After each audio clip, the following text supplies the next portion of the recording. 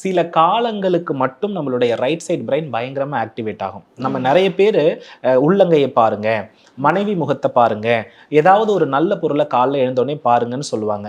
நம்ம ஒரு நாளாக இருக்கட்டும், மாதமாக இருக்கட்டும், வருடமாக இருக்கட்டும், நீங்க முதல்ல கண் விழித்து உங்க உடம்பு எந்த ஒளியை பார்த்து உள்வாங்குதோ அதற்குரிய பொருள் தான் அந்த வருடமே நமக்கு விருத்தியாகும். அப்ப என்னன்னா, நம்ம இருட்டுல தூங்குறோம். சூரியர் சந்திரன் நீச்சம் அடைகிற நேரம் இருட்டு நேரம் தான். அதை கண் விழித்த உடனே கண்ணை தொடச்சிக்கிட்டு இந்த மங்கள பொருளை பார்க்கறதுன்றது ரொம்ப விசேஷம். எங்க பாட்டிலாம் என்ன பண்ணுவாங்கன்னா, தூங்கி எழுந்துட்டோம்னா கூப்பிடணும், அதாவது வெளியே வரப்படாது. அப்ப என்ன பண்ணுவாங்கன்னா, கண்ணை பொத்திட்டு என்ன பண்ணுவாங்கன்னா, கூட்டு பாரு அப்படின்னு என்ன பண்ணுவாங்கன்னா சொல்லுவாங்க. இது எல்லாமே நடந்திருக்கிறது. சோ அதே போலவே அந்த வருடமும் ரொம்ப இனிமையானதாக இருக்கும். கட்டாயமா வெண்பட்டும் அதே போல பெண்களுக்குரிய மஞ்சள் நிறப்பட்டும் இருக்க வேண்டியது அவசியம். ஸோ இந்த இடத்துல நம்மளுடைய தமிழ் புத்தாண்டு அனைத்து பெண்களும் மஞ்சள் நிற பட்டு வஸ்திரம், அதுல பிங்க் காம்பினேஷன் இருக்கலாம், ப்ளூ காம்பினேஷன் இருக்கலாம், ரொம்ப நல்லது.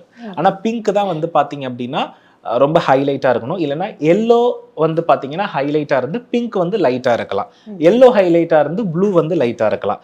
ஆனா எல்லோ தான் அதுல என்ன இருக்குன்னா, எல்லோவும் பிங்க்கும் ரொம்ப அதிகமா இருந்தா நல்லது, எல்லோ ரொம்ப இருந்தா ரொம்ப ரொம்ப நல்லது. ஸோ அதை தான் நம்ம அமைச்சிக்கிறது நல்லது.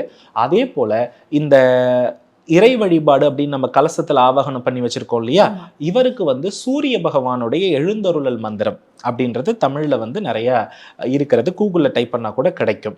சோ சூரிய பகவானுடைய மந்திரத்தை சொல்லி ஒற்றை செம்பருத்தியோ அல்லது சிவப்பு நிற மலரை கொண்டோ என்ன பண்ணணும்னா அர்ச்சிக்க வேண்டும்.